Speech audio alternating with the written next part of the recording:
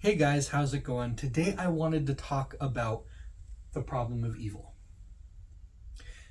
This formulation of the problem of evil is one that has existed since at least the medieval era of philosophy.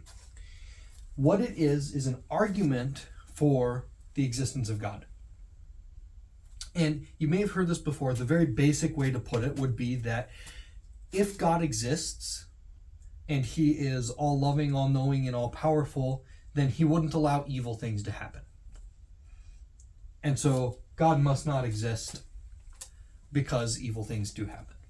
That's how it's often put. This is the formulation that is often used when teaching this subject in philosophy classes. We have the first three propositions. God is all knowing, God is all powerful, and God is all loving. Our fourth proposition is that evil exists. Then this might look like some funky stuff going on to a lot of people who haven't learned or taken a classical logic class. So let me explain a little bit. So it runs a little bit like math. We have if A and B and C, that's the little dot means and. Then this is a not symbol, so it means not for. That means, so if we're basically saying, if these three things are true, then for is not true. That's what this means.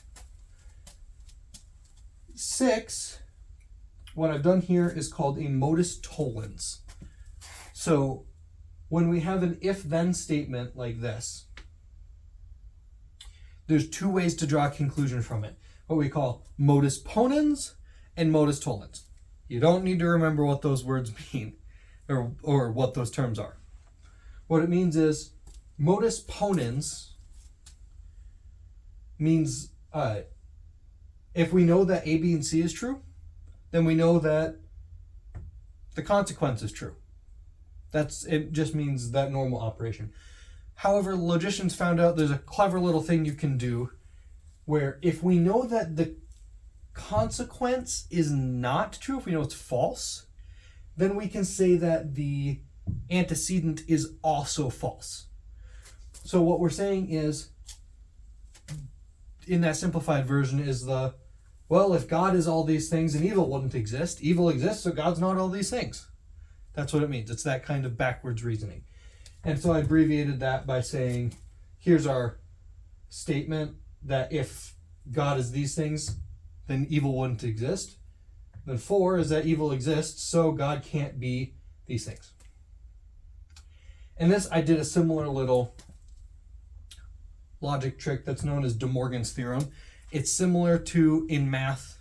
Again, this is really math-based. A lot of similar things in math and logic. These mean the same thing. So this is saying that it is not A and B and C. God can't be A and B and C. We can write that as God is not A, or he's not B, or he's not C. So this is all we can actually draw from this argument. Note, you'll see, God does not exist, is not among them. Let me explain why that is. In strict logic, we write things out all nice and pretty in a very mathematical way like this. It has a very structured sense to it. That's what philosophers would call the formal logic. The form of the logic is the nice structure to it. That's saying A, B, C, D, not A, B, and C, so D. Well, all we can conclude from that is that these premises are not true. We can't actually say that God does not exist. In order to say that God does not exist, logically speaking, like using that logical formula, we would need to add a premise that God exists. And then we would have to add another premise that if God exists and he is A, B, and C, then evil wouldn't exist. In which case, we could add the conclusion, God does not exist. Actually, we would have to put it either God does not exist or he's not these things. And that's what the problem of evil really comes down to. It's those two conclusions. So if we put God exists and if God exists, yada, yada, yada, if I add all of those propositions to this list, we might be able to draw the conclusion that either God doesn't exist or he's not one of these things.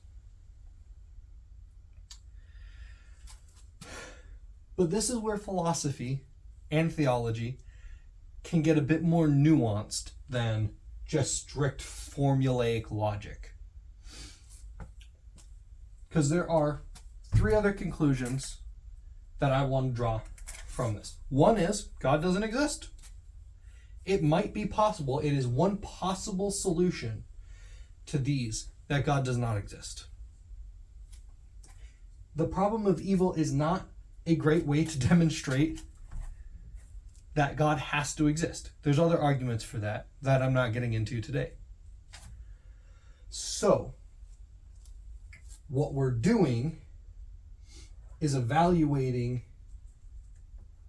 the other possible ways to conclude this without using the strict logic. And we can just simply say, well, God must not exist. If he's all loving, all knowing, all powerful, then, here, I'll use my red marker for this.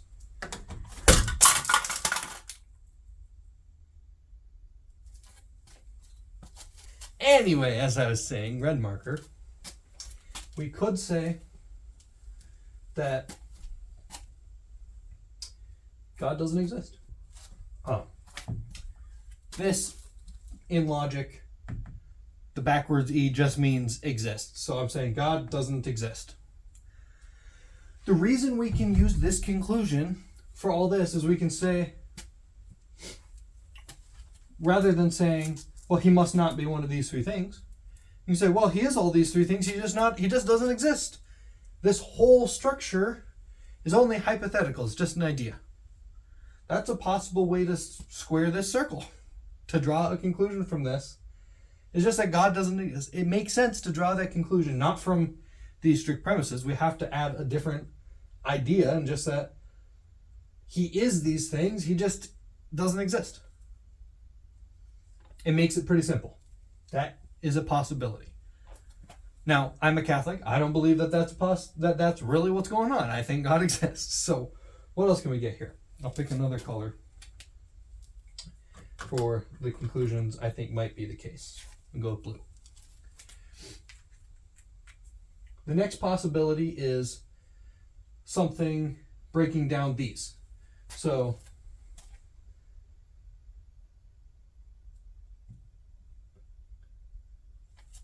it might have something to do with this. It might be not that God isn't all loving, all knowing, or all powerful, but maybe we don't understand these. It might be that we just don't know what these mean. And I'm gonna kind of get into explaining these. If we were all knowing, then, well, this wouldn't be a problem. Honestly, we would know the solution to this. We'd know if God existed or not. We're not all knowing. And so we don't actually understand what it means to be all knowing. All we know is we know things and we don't know things, and we could imagine knowing more things. I don't know everything, and I could know more. That could be what's going on here. It could be that God is all-knowing, and we just don't understand what it means to be all-knowing, because we don't. All we know is that we know what it's like to know things, and we can expand that idea in our mind. We can imagine what it's like to know more. But we don't actually know what it's like to know everything. And it's the same with powerful and loving. I can imagine what it's like to be powerful. I know what it's like to be able to, I'm writing with a marker. I'm able to write. So I could imagine what it's like to be more powerful, but I'm not. I'm not more powerful. I can't make my 2-year-old do whatever I want. And any of the parents watching this are going to think, well, yeah, he's a 2-year-old. You can't control them, right? I can't do anything and everything. So it could be that the way we understand all powerful is not actually what God is. He could be all powerful and we just don't understand it. Same thing with all loving. I know I'm not all loving. I try to be, but sometimes I can get pretty mad at the dog yapping in the yard next door. And so we go right back to all powerful. I can't make it stop. So we might fail to be loving at those times.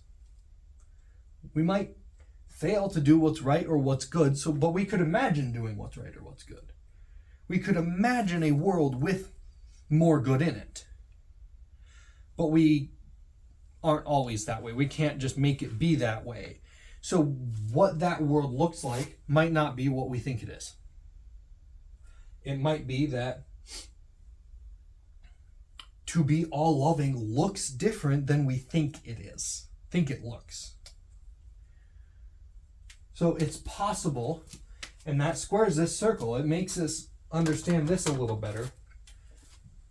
If the way we're conceiving of these things is wrong, so we can say he's not these things by the way that we're conceiving of them. But we could also say that's just not what we think these are, isn't what God is. He's what these things could be. He is all powerful, all knowing, and all loving, and we just don't know what those things are. There's another conclusion, or another possible way to square the circle. I'll use green this time. There's a loving reason for this. There's a loving reason that evil exists. How could that possibly be? How could somebody all loving allow something as terrible as evil to exist? Well,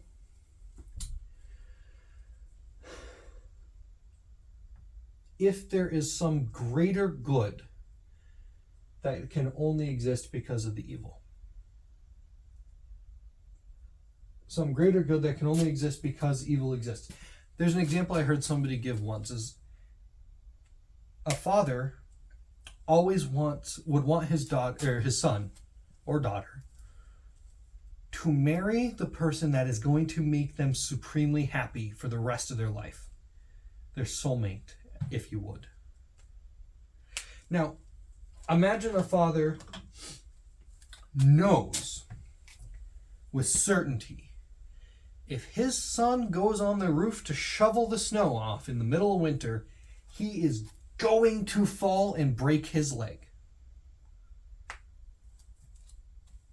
Well, a father who's all loving and all powerful would clearly want his son not to climb on the roof and shovel it off. Right? So he knows his son is going to be hurt. He doesn't want his son to be hurt. And he's capable of stopping his son from being hurt. That's how these premises work as we understand them. But say the father knows more than just what's going on in that moment. Say he knows that if his son breaks his leg and ends up in the hospital, he's going to meet that soulmate. He's going to meet the spouse who's going to make him supremely happy. And he also knows that if his son does not fall and break his leg, that he will never have the opportunity to meet that girl again. So he knows if he falls and breaks his leg, that's a bad thing, doesn't want that to happen. But it is the only possible way, the only chain of events that leads him to meeting the one person who is absolutely the best person in all of the world for him.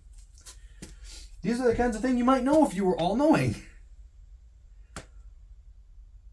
Then it would seem that the loving Father, the absolutely all-loving Father, might let his Son fall and break his leg. Because he knows that his Son will be happier having married that woman than he could be with any of the other women that he could ever marry. That would seem to be a loving reason for letting that happen, for letting the evil happen. So there's a good, not breaking his leg. But then there's an even greater good of marrying the one person in the world that is going to be the absolute best for his Son. Better than any other option, any other woman could make him happier. That would be a more loving reason. So that's a third way we can square the circle. So yeah, God might just not exist. That does make this all make sense. Or it could be that we don't understand these. Or it could be that there's a reason God lets the evil exist, and that because there's some other greater good. Because the all-loving Father, knowing that there is a greater good that could happen from the evil, lets the evil happen. There's a lot I can say about this. And this, I will say, this is the option, actually both of these things are what the Catholic Church considers. These are the ways that the Catholic Church answers the question. It says, we don't know these things. See, when the Catholic Church talks about God, there's things that we know because Jesus, who is God when he was here, told us. And so basically God told us himself. And so we know them. But there's a lot that we don't know. We don't know what it's like to be all-knowing, all-powerful, and all-loving. So we know God is those things, but we don't know what those things are like. I once heard somebody say, and I loved this analogy, God is the name we give the blanket we throw over the mystery to give it a shape. Because if you throw a blanket over something, we don't see the thing itself that the blanket's covering, but we see the shape it makes. That's what these words are like when we talk about God. That when we say God is all-knowing, or all-powerful, or all-loving, those are just an analogy. Those are just like what God is, but it's not what God is exactly. It's just the shape. We also say that, as Catholics, we say that God allows an evil so that some greater good can come out of it. The Church says another thing. And members of the Church understand this. This is not a satisfying answer when you're in pain. If you are face to face with the consequences of that evil, that doesn't feel like a good answer. And that's fair. C.S. Lewis once wrote a book called The Problem of Pain, talking about this subject. It's a very brilliant read. Years down the line, he wrote another book. I don't remember what it's called right now. I'll probably put it down below if I think of it. But we recognize that this is not a very satisfying answer. It's a logically permissible answer. It makes sense rationally. But the son falling off the roof and breaking his leg is still going to be in pain. And explaining this in logical detail is not going to make a ton of sense for him. So the Church, Catholic Church, offers other things, but this is what these are the rational options. And there may be others.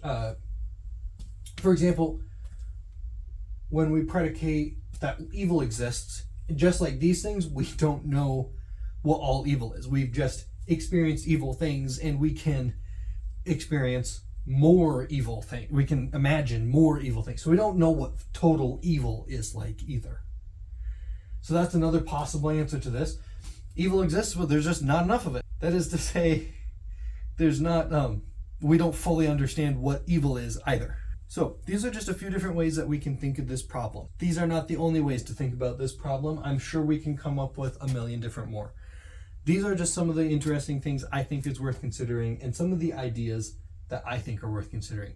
Especially the idea that this strict logical form is not all there is. Because we can talk about strict pure logic in this formula, but recognize that there's things that we don't understand still. And that's what I think is just amazing about philosophy, that we can take something like this that seems so straightforward and understandable and really ask the questions that don't make a ton of sense.